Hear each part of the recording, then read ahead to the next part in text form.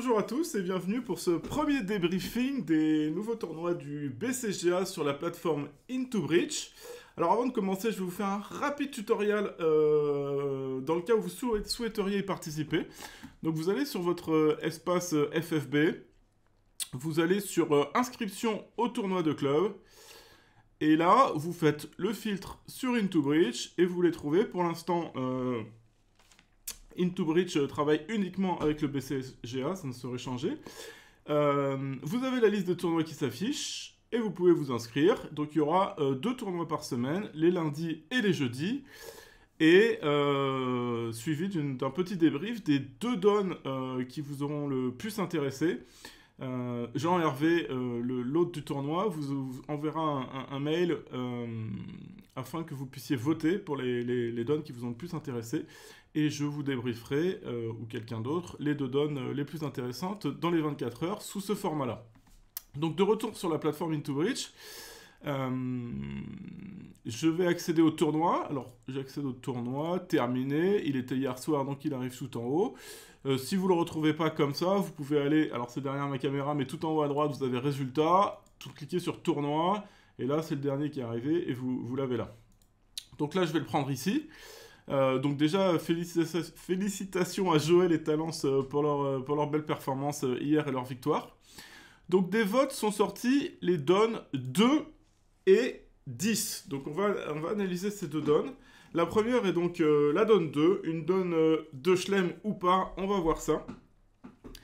Donc Est était donneur, Nord-Sud était vulnérable, Est a normalement passé d'ailleurs à l'ensemble des tables, avec 9 points d'honneur, un 5-4-2-2, donc pas du tout de quoi ouvrir.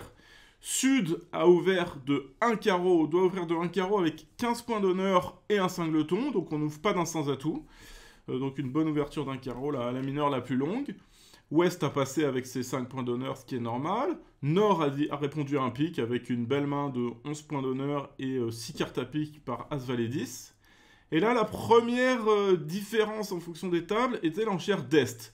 Est-ce que Est doit-il dire passe parce qu'il a que 9 points d'honneur? Doit-il dire 2 trèfles parce qu'il a 5 trèfles, As-Roi 10 et qu'il a déjà passé d'entrée, donc limiter sa main? Ou est-ce qu'il doit dire contre parce qu'il a les 2 couleurs non nommées au moins 4e, tous ses points d'honneur dans ces couleurs-là, et quand même 9 points d'honneur alors qu'il a passé d'entrée? Alors, à mon avis, il faut faire une action, parce qu'effectivement, on a passé d'entrée, on est maximum de notre passe avec plein de belles choses à dire, 5 trèfles, As-Roi 10 et 4 cœurs, Dame 10. Est-ce qu'il faut dire 2 trèfles ou est-ce qu'il faut dire contre? D'ailleurs, il y a eu les 2 enchères. Vous pouvez, les 2 options sont acceptables. 2 trèfles est un peu meilleur pour donner l'entame. Contre à l'avantage d'annoncer les cœurs. Un autre petit inconvénient de 2 trèfles, c'est que on n'en a que 5, et en plus on est 5-4-2-2, donc on n'a pas de cingleton. Donc si le partenaire était amené à dire 5 trèfles sur 4 piques, est-ce qu'on serait vraiment content? C'est pas sûr, parce qu'on a beaucoup de perdantes. Donc voilà, les 2 options sont possibles. J'aurais plutôt dit contre, mais je suis sûr qu'il y a beaucoup de très bons joueurs qui auraient dit 2 trèfles. Les 2 options sont vraiment acceptables. Et maintenant, ensuite, avec la main de Sud, on a toujours nos 15 points d'honneur, avec un cingleton. Et là, il faut bien penser à dire 3 piques, et pas 2 piques. 2 piques serait pas assez, 2 piques serait 12 à 14 points d'honneur. Là, on est dans la zone 15-17, donc en deuxième zone, donc il faut absolument dire 3 piques. Qui donne beaucoup d'informations au partenaire, qui lui dit qu'on a 15-17 points d'honneur, et en plus qu'on a un cingleton, parce que si on n'avait pas de cingleton, on aurait ouvert d'un sans atout. Donc en faisant l'enchère de 3 piques, on décrit parfaitement notre main. D'accord, on est plutôt minimum, on n'a que 15 points d'honneur. Cependant, on est exactement dans la zone pour dire 3 piques, donc on dit 3 piques. Suite à ça, Ouest passe bien évidemment, et là Nord doit décider, est-ce qu'il a envie d'aller au Chelem ou pas? Il a 11 points d'honneur, donc 11 points d'honneur en face de 15-17, a priori c'est un peu limite, mais on sait que dans les 15-17 du partenaire, il y a un cingleton, et quel que soit le cingleton avec la main de Nord, c'est pas si mal. Et en plus, on a quand même 6 piques. On en avait promis que 4, et on en a que 6. Donc on peut envisager d'aller au Chelem. À mon avis, il faut essayer. Et donc, on peut dire 4 cœurs, c'est ce qu'a dit Christophe71 sur la main qu'on regarde. Je crois que c'est le seul avec moi d'ailleurs. Donc les deux Christophe ont dit 4 cœurs, les autres sont pas allés au chelem, mais je crois qu'à chaque fois c'était 2 piques en sud. Donc sur 3 piques, ça me semble normal d'essayer d'aller au chelem, donc on dit 4 cœurs. Et là, sur l'enchère de 4 cœurs, sud a tous les contrôles, parce que le partenaire a dit qu'il avait le contrôle cœur. On a le contrôle carreau, on a le contrôle trèfle, mais on est minimum. Donc il faut décider, est-ce qu'on dit 400 atouts, ou est-ce qu'on dit 4 piques parce qu'on est minimum? C'est pas une... Il n'y a rien d'évident là-dedans. On peut partir du principe qu'on sait pas bien ce qu'a le partenaire, et que si on dit 4 piques, ben, le partenaire peut penser qu'il manque le contrôle carreau ou le contrôle trèfle, et on risque de s'arrêter. Donc pourquoi pas poser le Blackwood? Ça me semble être une option tout à fait acceptable de poser le Blackwood. Surtout que comme l'atout est pique, on risque pas d'entendre 2 clés et de se retrouver trop haut. Parce que là, il nous faut 3 clés pour demander le chelem. Mais si le partenaire répond que 2 clés, on pourra toujours s'arrêter à 5 piques. Si l'atout avait été cœur, ça aurait été bien plus embêtant. Parce que si le partenaire répond 2 clés et la dame d'atout 5 piques, et qu'on est à l'atout cœur, on est très embêté. Par contre, là, comme on est à l'atout pique, si le partenaire répond 5 piques, on pourra s'arrêter. Ce qui s'est d'ailleurs passé à ma table. J'ai répondu 5 piques avec la main de nord, j'ai 2 as, et ayant 6 piques en face de 4, j'ai considéré que j'avais la dame d'atout, parce que si le partenaire a par exemple le roi 4e, on ne devrait pas perdre de piques avec 10 piques dans la ligne. Donc moi, ce que je vous conseille, c'est de répondre que vous avez la dame de pique quand vous savez qu'il y a 10 atouts dans la ligne. 9, ça suffit pas, parce qu'à 9, on n'est pas du tout sûr de croquer la dame, et il faudrait que les piques soient 2-2, ou alors qu'on la devine. L'impasse, alors qu'à 10 atouts, il faut que les atouts soient 2-1, ce qui est bien plus probable, et là, vous pouvez y aller et répondre que vous avez la dame. Donc j'ai répondu que j'avais 2 clés et la dame d'atout, et Sud a dit passe parce qu'il manquait 2 clés. Il se trouve que le roi de pique était placé, donc on gagnait 6, mais du point de vue de Sud, il aurait très bien pu manquer l'as de cœur ou l'as de pique, et là le chelem aurait eu 0% de chance de gagner, et ça aurait été très mauvais. Là, il était effectivement à peu près 50%. Il gagnait, mais des chelems à 50%, c'est pas du tout un problème de les empailler, surtout quand on sait qu'il manque 2 clés. Donc voilà, je pense que c'est normal de s'arrêter à 5 piques. Je pense que Sud doit dire 3 piques, ça c'est les points importants. Si vous ouvrez votre main qui a 15-17 points d'honneur, vous avez un fit, il faut l'annoncer. En disant 3 piques, on peut pas se contenter de 2 piques. Et avec la main d'Est, c'est l'autre point un peu compliqué de la donne, c'est qu'est-ce qu'il faut dire après avoir passé d'entrée et avoir entendu un carreau passe un pique. Je pense qu'il faut faire une action, c'est quand même mieux de se battre, surtout en tournoi par paire et en plus non vulnérable. N'hésitez pas à vous battre en disant soit contre, soit de trèfle. Là encore, les deux options sont acceptables. Allons maintenant sur la donne 10, donc je me balade pour aller trouver la 10. Donc cette donne 10, allons à la table, bon une table qui a eu un... Ouais, alors, il y a eu des résultats différents à toutes les tables, donc ça va être compliqué. Donc prenons cette table.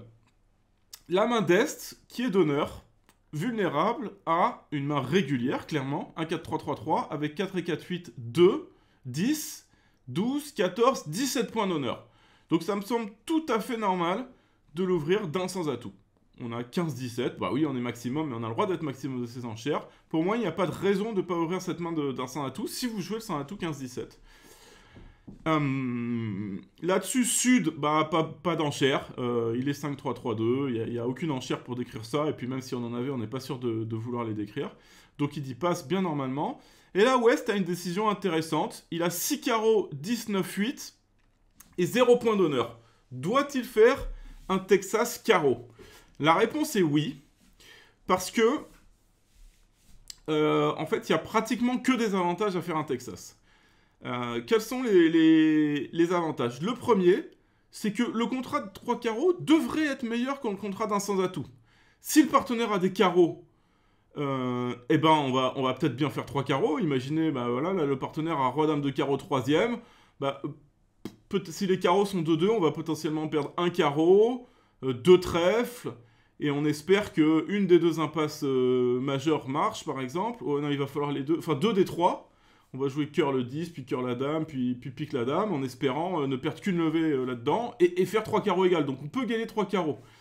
Par contre, pour gagner les As à tout, ça va être très compliqué, parce qu'on n'arrête pas les trèfles. Là, c'est les trèfles, mais ça pourrait être une autre couleur, et on risque de se voir débarquer. Bah là, on perd 5 trèfles et un carreau d'office, et après, dès qu'une impasse majeure rate, on va chuter. Donc ça va mieux jouer à carreau. Et si le partenaire a rien à carreau, ça va aussi en fait mieux jouer à carreau. Parce que si le partenaire a rien à carreau, là, les 100 à tout, ça va être catastrophique. Parce que ma main va ne servir à rien. C'est-à-dire que le partenaire va pouvoir faire les levées qu'il veut, qu'il peut tout seul. Mais ma main, je vais l'aider en 0. Parce qu'il pourra jamais les profiter de mes carreaux. Et du coup, le résultat de ça, c'est que il va jouer tout seul. Donc il va devoir faire 7 levées tout seul.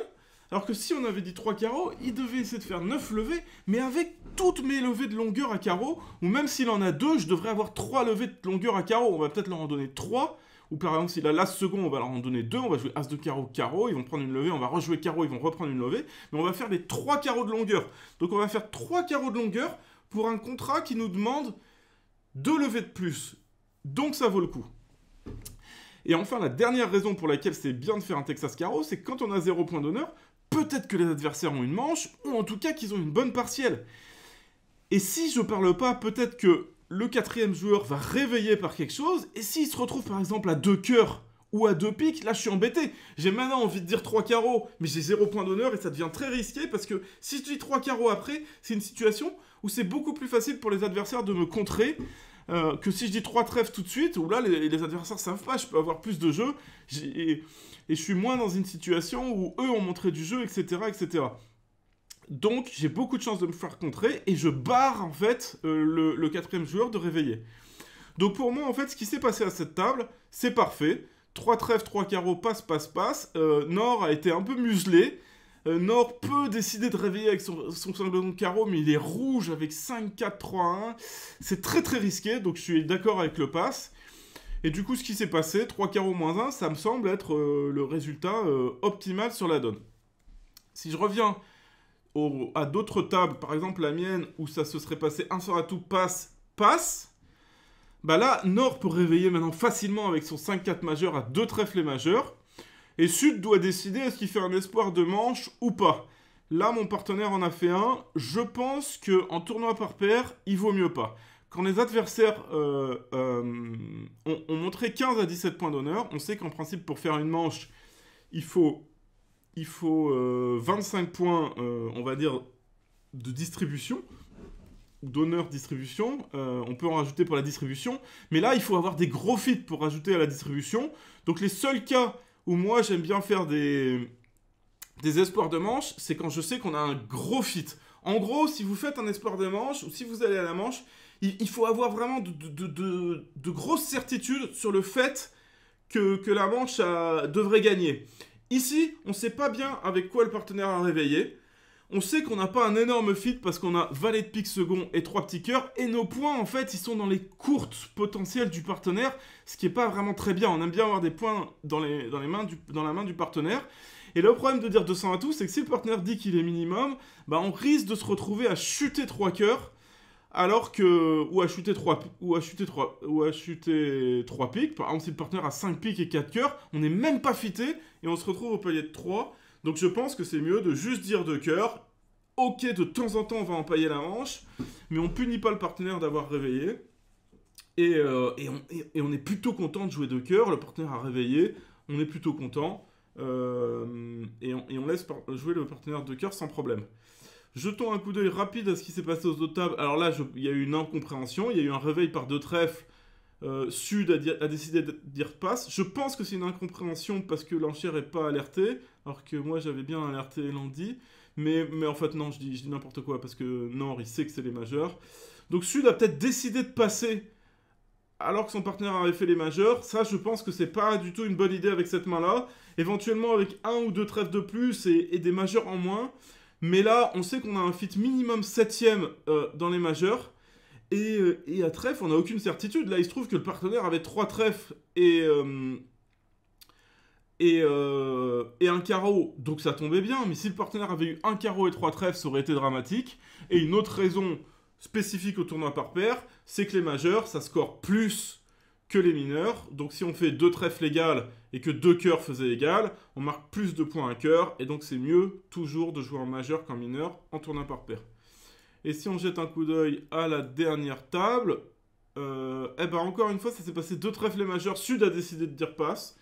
Et là, West a du coup eu l'occasion de réveiller par 2 carreaux, ça s'est plutôt bien goupillé pour West. Mais encore une fois, je pense que Sud aurait dû dire 2 cœurs.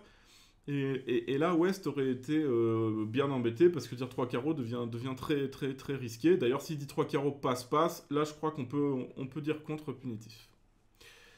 Voilà pour l'analyse de ces 2 mains. J'espère que ça vous a plu.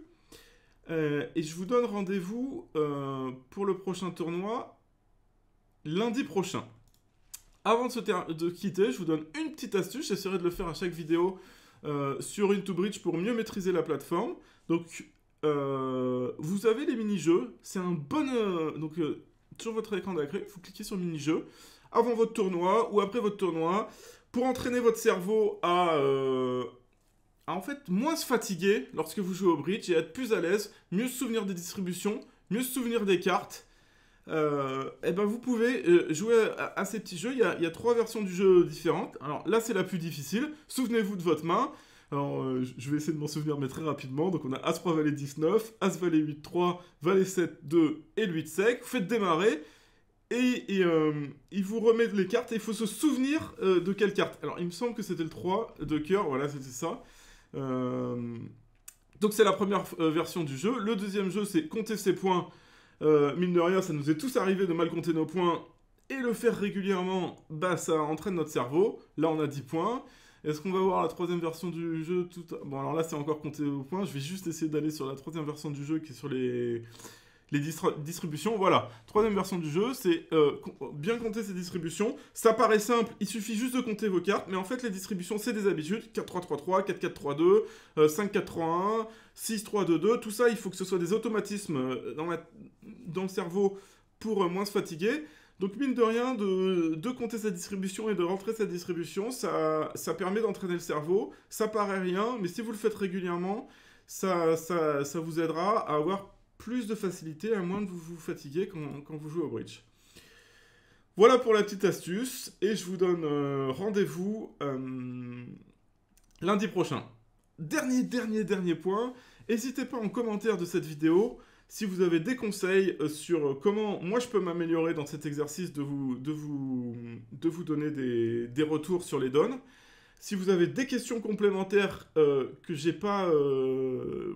j'aurais pas répondu sur les 2 donnes en question. Et aussi au niveau de la plateforme, Into-Bridge, comme c'est aussi moi qui chapeaute ça, si vous avez des questions sur le fonctionnement de quelque chose, si vous voulez suggérer des améliorations, voilà, n'importe quel feedback que vous pouvez donner, n'hésitez pas, c'est important pour moi. Merci beaucoup et à lundi prochain.